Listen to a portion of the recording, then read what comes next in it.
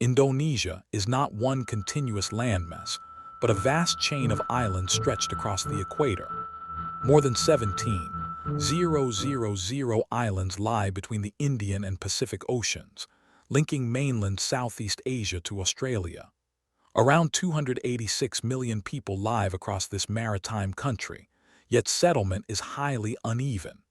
Java holds a remarkable share of the population, while thousands of smaller islands remain rural, forested, or uninhabited.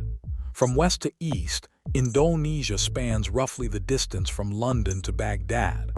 That scale produces many climates, languages, ecosystems, and local identities. The sea does not merely separate the islands. It is the space that connects ports, fishing grounds, migration routes, and markets into one nation. The archipelago exists because several great pieces of Earth's crust meet beneath it.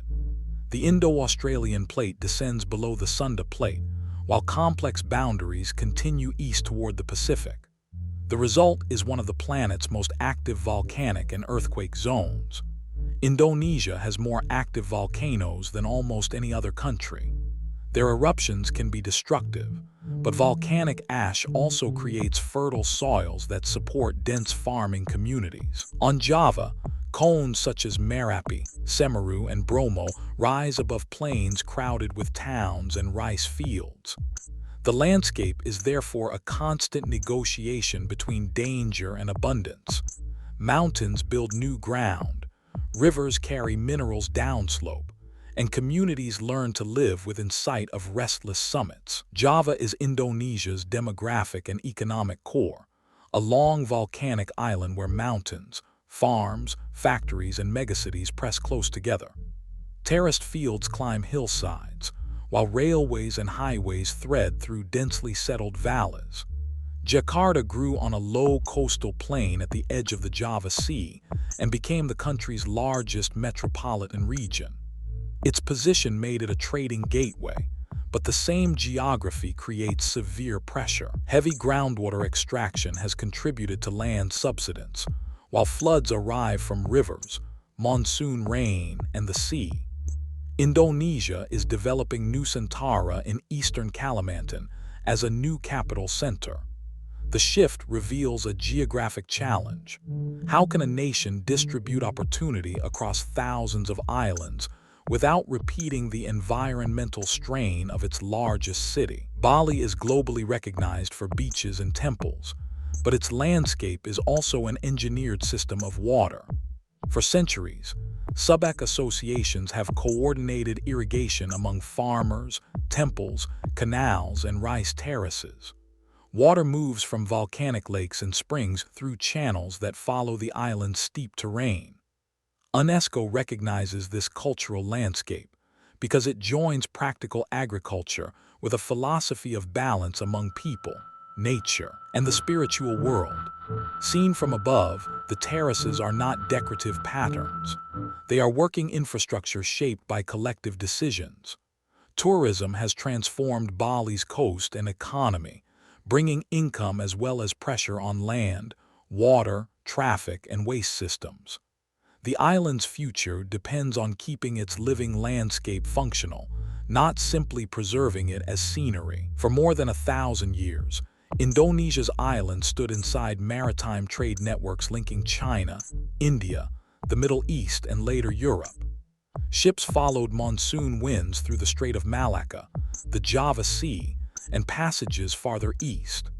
Cloves and nutmeg from the Maluku Islands became among the world's most desired commodities. Port cities grew where sheltered water, river mouths, and narrow straits concentrated exchange. Islam spread through many of these trading communities, while older Hindu, Buddhist, and local traditions remained visible in art, language, and ritual. This history explains why Indonesian culture is both deeply local and widely connected.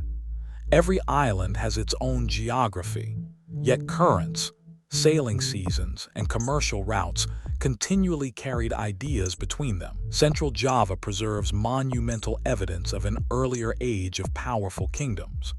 Borobudur, built in the 8th and 9th centuries, rises in terraces around a hill, with 72 open-work stupas surrounding its upper platforms. Its reliefs form a stone journey through Buddhist cosmology. Nearby Prambanan expresses a different religious tradition through soaring Hindu temples. Both landscapes sit within a fertile volcanic region, framed by mountains that supplied water, soil, and symbolic power. These monuments were never isolated objects. They belonged to populated agricultural plains connected by roads, rivers, and royal authority. Modern restoration and tourism have returned them to global attention, while ash, earthquakes, drainage, and visitor pressure continue to test how heritage can survive in an active landscape. Sumatra forms the western wall of the archipelago. The Barisan Mountains run along its spine, carrying volcanoes, upland lakes, and forested watersheds. East of the mountains, great rivers cross broad lowlands toward the Strait of Malacca. Sumatra's rainforests contain extraordinary life, including orangutans, elephants, rhinoceroses, and tigers, yet their habitats have become increasingly fragmented. UNESCO lists the tropical rainforest heritage of Sumatra as a World Heritage Property in danger. Roads, agriculture, fire, and illegal activity place pressure on ecosystems that also protect water and store carbon. From above, the contrast can be abrupt.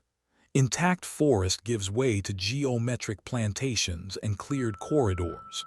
The island's challenge is not abstract conservation, but deciding how land can support livelihoods without erasing irreplaceable ecological systems. Kalimantan occupies the Indonesian portion of Borneo, an island organized by rivers and rainforest.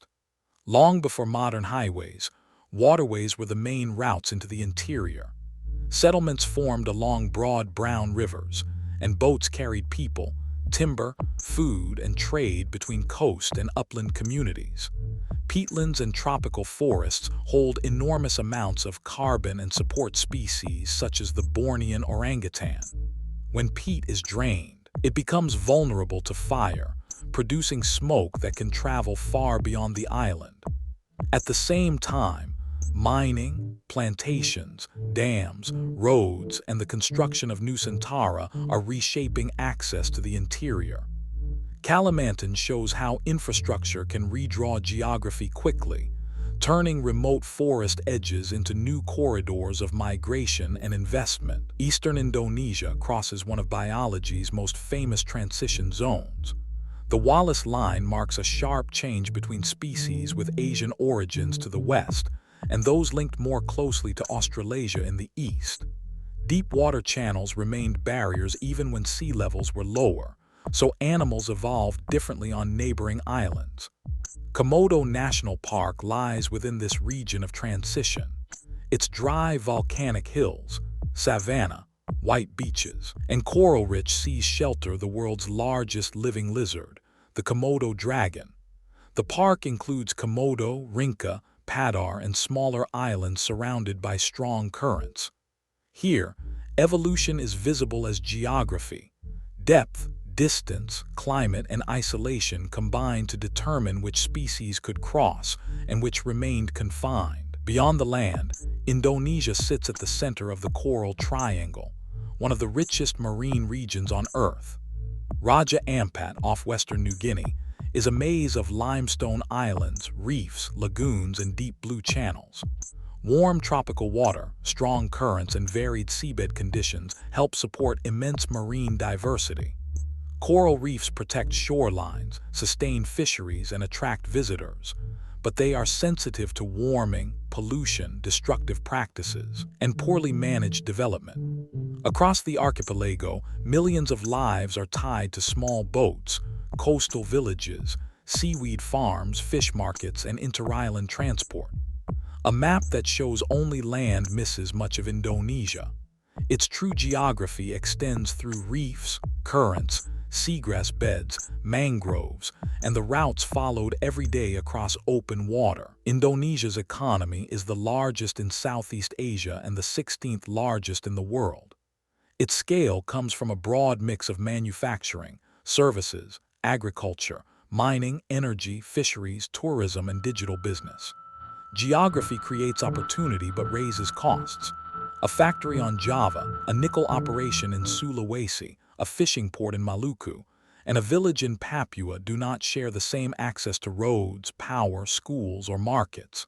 Ferries, cargo ships, airports, undersea cables, and mobile networks are therefore national infrastructure. Economic growth has lifted living standards for millions, yet it must also manage air pollution, forest conversion, marine damage, urban inequality, and exposure to disasters. In Indonesia, development is always an exercise in connecting distance. Indonesia contains more than 300 ethnic groups and hundreds of living languages. Bahasa Indonesia provides a shared national language, but regional languages remain central to family life, literature, music, and identity. Architecture changes with climate and custom. Steep roofs shed tropical rain, raised houses respond to floods and ventilation, and communal buildings express social relationships. Food also follows geography. Rice dominates many Western islands, while sago, maize, cassava, fish, coconut, spices, and regional crops shape other cuisines. Migration has carried these traditions into cities and across islands, producing constant exchange. Unity here does not mean uniformity. It is a practical system that allows a highly diverse population to communicate, while local cultures continue to interpret the archipelago in distinct ways. Seen from above, Indonesia is a moving frontier between land and water. Volcanoes build islands while erosion cuts them down. Rivers carry sediment into crowded coasts. Mangroves buffer waves, reefs weaken storms, and forests regulate water far upstream. Yet climate change raises sea levels and ocean temperatures, while expanding cities demand more land, energy, and infrastructure. The country's future will be decided across many scales at once. A neighborhood adapting to floods, a farming cooperative sharing water, a port connecting remote islands, and a national plan balancing growth with conservation. Indonesia's great strength is the same feature that makes it difficult to govern. Thousands of different places linked by one ocean. The archipelago is not finished. It is continually being remade by geology, ecology, trade, and human movement.